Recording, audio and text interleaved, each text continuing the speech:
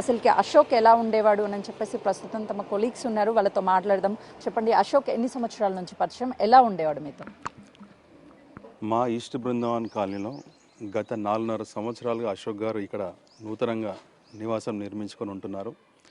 వ్యక్తిగతంగా చాలా మంచి వ్యక్తి, చాలా సౌమ్యంగా ఉండేటువంటి వ్యక్తి. తన వృత్తిపరంగా ఉదయం లేచి తన లెక్చరర్గా పనిచేస్తున్నారని తెలుసు. తన ఉద్యోగానికి వెళ్ళి తిరిగి సాయంత్రం వచ్చిన తర్వాత చిన్నపిల్లలకు ట్యూషన్ చెప్పేటువంటి వ్యక్తి, చాలా మంచి వ్యక్తి. చుట్టుపక్కల ఉన్న వ్యక్తులతో కూడా చాలా మంచిగా ఆప్యాయంగా పలకరించేటువంటి వ్యక్తి. ఇలాంటి సంఘటన జరిగిన తర్వాత మేమందరం కూడా షాక్కి గురయ్యాం. మరి ఇలాంటి సంఘటనలు ఈ సమాజంలో ఎక్కడ పోతున్నామన్న సందేహాన్ని మా అందరిలో కలిసిన వేస్తుంది. భవిష్యత్తులో కూడా ఇలాంటి జరగకుండా కఠినమైన చర్యలు, కఠినమైన ఇవి ఉండాలని చెప్పేసి మేమందరం కోరుకుంటున్నాం. సార్, మీరు చెప్పండి, మీరు కాలనీలో రెగ్యులర్గా వాకింగ్ చేస్తూ ఉంటారు, అశోక్తో పరిచయం ఉంటుంది. తన ప్రవర్తన ఎలా ఉండేది? ఎప్పుడన్నా కుటుంబ సమస్యలు చెప్పుకునేవాడా? కుటుంబ సమస్యలు ఎప్పుడు చెప్పలే, కానీ వ్యక్తిగతంగా చాలా మంచోడు అతను.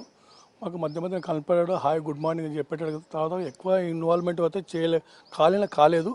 బట్ మంచి వ్యక్తి మాకు తెలిసినంత వరకు. గతంలో ఈ కేసుకి సంబంధించి పూర్ణిమ, మహేష్ అనే వ్యక్తి కలిసి చంపేశారు అశోక్ అని చెప్తున్నారు. ఇదే ఇంట్లో ఉంటున్నాడు అని చెప్పాడు. అప్పుడెప్పుడైనా మీకు ఆ మహేష్ అని అతను పరిచయం ఉన్నాడు? వాళ్ళ కుటుంబ సభ్యులు ఏమన్నా తెలుసు? లేదు, కుటుంబ సభ్యులు ఎవరు తెలియదు. అబ్బాయి కూడా మాకు అంత పరిచయం లేదు. యాక్చువల్లీ ఎప్పుడు వచ్చిపోతున్నాయి కానీ మాకు బట్ అంతే పర్టికులర్గా అయితే ఎప్పుడు అతను మేమైతే పర్సనల్గా చూడలేదు. మరి కొంతమంది ఉన్నారు. సార్ చెప్పండి, వీళ్ళు మీకు పరిచయం ఉన్నారా? పూర్ణిమ కావచ్చు, లేకపోతే తను ఎలా ఉండేది, తన పిల్లలు కానీ? అంటే అప్పుడప్పుడు దారి నుండి వెళ్ళేటప్పుడు పరిచయము. ఈ ఇంటి ఓనర్ మాకు చాలా పరిచయం, శ్రీనివాసు. ఆ పరంగా చూసేవాళ్ళం తప్ప మాకు వ్యక్తిగతంగా అయితే దగ్గర పరిచయాలు ఏం లేవు. కానీ అశోక్ అనే వ్యక్తి మాత్రం చాలా మంచి వ్యక్తి. ప్రొఫెసర్ సార్ కాబట్టి ఆయన డిగ్నిటీగా తన పని తను చేసుకుంటూ ఉద్యోగరీత్యా ఆయన వెళ్ళిపోయేవాడు, సాయంత్రం వచ్చేవాడు. వచ్చిన తర్వాత కూడా ట్యూషన్స్ నడుపుతున్నాడని తెలిసింది. కానీ ఇలాంటి విషయం తెలియగానే కాలనీలో షాక్ గురయ్యాము. ఎందుకంటే ఈ ఫ్యామిలీలో ఒక మంచి డీసెంట్ ఏరియా మన ఈస్ట్ బృందావన్ కాలనీ. ఈ కాలనీలో ఇంతవరకు ఇలాంటివి జరగలేదు. ఈ రెంట్కి వచ్చి పక్కకుండే వ్యక్తులు, తనకు పనిపాట లేక తిరుగుతూ అలా ఇలా ఉండేవాళ్ళు, ఇవన్నీ ఫ్యామిలీ మెంబర్స్ బిజీలో పడి, ఫ్యామిలీ పిల్లలు, భర్త తన టెన్షన్లో తను అదే ఉద్యోగరీత్యా ఆ మైండ్లో వెళ్ళిపోతాడు.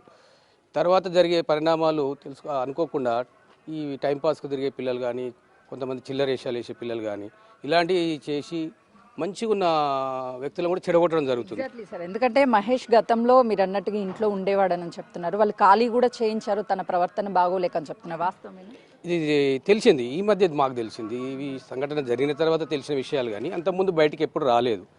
కానీ తెలిసినాక మేమంతా అదే షాక్ గురయ్యాము. ఇట్లాంటి మన కాలనీలో కూడా జరుగుతున్నాయా? ఈ వ్యక్తిగతంగా జరిగే విషయాలు ఇవన్నీ బయటకు వస్తే కానీ తెలియట్లేదు. ఇక ముందు మేము కూడా మా ఓనర్స్ కానీ జాగ్రత్త పడాల్సిన అవసరం ఎంతోగా ఉంది. ఎందుకంటే ఎక్కడెక్కడి నుంచో వచ్చే పిల్లలు, ఎలాంటి పిల్లలు ఏందని తెలియకుండా అన్నీ తెలుసుకొని మనం ఇచ్చే రెంట్కి ఇచ్చేటప్పుడు కూడా కొన్ని జాగ్రత్తలు తీసుకోవడం మంచిదని మాకు ఇప్పుడు అర్థమవుతుంది. సార్, మీరు చెప్పండి, ఎందుకంటే ఇంటి పక్కనే ఉన్నారు, అసలుకి వాళ్ళ బిహేవియర్ ఎలా ఉండేది? యాక్సెసిబిలిటీ ఏమన్నా ఉంటుందా సార్ ఈ బిల్డింగ్ నుంచి ఆ బిల్డింగ్కి వెళ్ళడానికి? ఉంటుందండి, వెళ్ళొచ్చు అనుకుంటాను. బట్ అశోక్ గురించే మాకు తెలుసు. మేము ఇన్ని సంవత్సరాలు ఉంటున్నా కూడా అశోకే పొద్దున్నే కలిసేవాడు, గుడ్ మార్నింగ్ చెప్తే గుడ్ మార్నింగ్, అంతే. దానికన్నా ఎక్కువ పరిచయమే లేదు మనకి. ఎప్పుడు తెలిసింది మీకు ఇలా హత్య జరిగింది? నాకు అసలు జరిగిందని తెలియదు. ఆ రోజు హార్ట్ అటాక్తో చనిపోయాడంటే బయటకు వచ్చాం, అంతే. అయినప్పుడు కూడా మాకు ఇన్ఫర్మేషన్ లేదు. ఇక్కడ అంబులెన్స్ ఆగితే రోడ్ జామ్ అయింది, దానివల్ల బయటకు వచ్చి చూస్తే స్ట్రోక్తో చనిపోయారంటే చూసాం మేము. తర్వాత నిన్న తెలిసింది మాకు, న్యూస్లో వచ్చింది ఇలా అని. అంటే మీరు బాడీని చూసినప్పుడు మీకు అనిపించిందా తన ఒంటి మీద గాయాలు కానీ లేకపోతే? అట్లేం లేదు, నేనేం చూడలేదు అంతా. ఇక అసలు స్ట్రోక్ అంటేనే రోజు పొద్దున్నే గుడ్ మార్నింగ్ చెప్పాను, సాయంత్రానికి హార్ట్ అటాక్ అంటే మేము బిలీవ్ చేయలేకపోయినాం. అసలు షాక్లోనే ఉన్నాం. అప్పటికి అంత ఆలోచన రాలేదు మాకు అసలు. సార్, మీరేం చెప్తారు? ఇలాంటి ఘటనలు మనం రెగ్యులర్గా ఎక్కడొకక్కడ చూస్తూనే ఉన్నాము. అంటే ఈ అక్రమ సంబంధాలు అనేది వివాహిత సంబంధాలన్నిటిని కూడా చంపేస్తుంది. సో ఏం చెప్తారు? అంటే సొసైటీలో రాను తన వ్యక్తిగత సుఖాల కోసం కట్టుకున్న భర్తనే ఇలా చేయడం చాలా దారుణమైన విషయం. మనం సమాజానికి ఎలాంటి మెసేజ్ ఇస్తున్నామో, ఈవెన్ రూరల్ ఏరియాలలో, విలేజ్లలో చాలా మంచిగా ఉంటున్నారు. అడ్వాన్స్డ్గా ఉండి టెక్నాలజీ వచ్చి చదువుకున్న వాళ్ళే ఇలాంటి చేయడం చాలా బాధాకరమైన విషయం. ఇలాంటి విషయాలలో చాలా గట్టి చర్యలు తీసుకొని శిక్షలు పడేటట్టు చేస్తే కొంతైనా సమాజంలో మార్పు వస్తుందని కోరుకుంటున్నాను. సార్ చెప్పండి, అంటే అశోక్కి సంబంధించి అందరూ కూడా తను ఎవరితో పెద్దగా మాట్లాడు అని చెప్తున్నారు, కానీ భార్య ఇలా చేయడం అసలుకి మీరు సమర్థిస్తారా దీన్ని? లేదండి, ఏ రకంగా సమర్థించడానికి వీలు లేదు. తను ఏంటంటే పాపం ఒక లెక్చరర్ ఫీల్డ్లో ఉండి తన బాధ్యత తను చూసుకుంటూ ఫ్యామిలీని చూసుకుంటూ చేయడం అనేది చాలా ఘోరమైన విషయం. మేమందరం మా కాలనీ వాళ్ళకు కూడా చాలా బాధపడుతున్నాం. ఇది జరగకూడని సంఘటన. అంటే కనీసము ఆ పూర్ణిమకి తన భర్తని హత్య చేసేటువంటి టైంలో కొడుకు కానీ లేకపోతే కనీసం తనతో జర్నీ ఒక 11 సంవత్సరాల పైనే చేసి అవి ఏం గుర్తు రాకుండా ఉండొచ్చు. అదే అండి, కనీసం తను చదువుకున్న లెక్చరర్, తను కానీ మానవత్వం కూడా మర్చిపోయి అతి క్రూరంగా, అది ఏంటంటే మామూలుగా ఒక జంతువు కన్నా హీనంగా అతి క్రూరంగా ప్రవర్తించి తన భర్తను చంపడం అనేది అది ఎవరు సహించలేని విషయము, అతి ఘోరమైన విషయం అండి అది.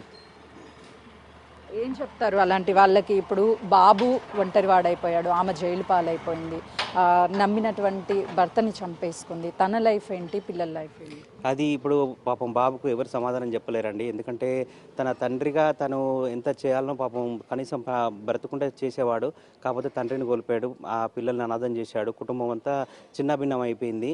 తను ఎవరు ఏం న్యాయం చేయలేరు. కాకపోతే తన ఆత్మకు శాంతి కూర్చాలంటే మాత్రం తనకు సరైన శిక్ష అనుభవించి సరైన శిక్ష చేయాలని మాత్రం కోరుకుంటున్నామండి. ఎగ్జాక్ట్లీ, ఎందుకంటే మీరు ఎన్నో సంవత్సరాల నుంచి కాలనీలో ఉంటున్నారు, ఎప్పుడు ఇలాంటి ఘటన జరగకుండా ఉండొచ్చు, కానీ తను అశోక్ ఎన్నో ఆశలతో ఇల్లు కట్టుకున్నాడు, కుటుంబం కోసం ఉన్నాడు, కానీ భార్య అలా చేయడాన్ని ఏం చెప్తారు? వివాహ సంబంధంలో ఇలాంటి ఘటన చాలా దిగ్భ్రాంతికి గురి చేసిన అందరినీ, ప్రతి ఒక్క కుటుంబాన్ని ఆలోచింపజేసే సంఘటన ఇది. మరి ప్రత్యేకించి మా కాలంలో మీరు అన్నట్టు ఇది మొదటిసారి, ప్రథమం. ఇలాంటి సంఘటన భవిష్యత్తులో ఎలాంటివి జరగకుండా ఉండాలంటే చట్టాలు మరింత కఠినంగా ఉండాలి. ఇలాంటి వాటిని నిర్ధారించిన తర్వాత శిక్షలు చాలా కఠినంగా ఉన్నప్పుడే మరి ఇలాంటి సంఘటనలు జరగకుండా ఉంటాయని మేము ఆశిస్తూ ఉన్నాం.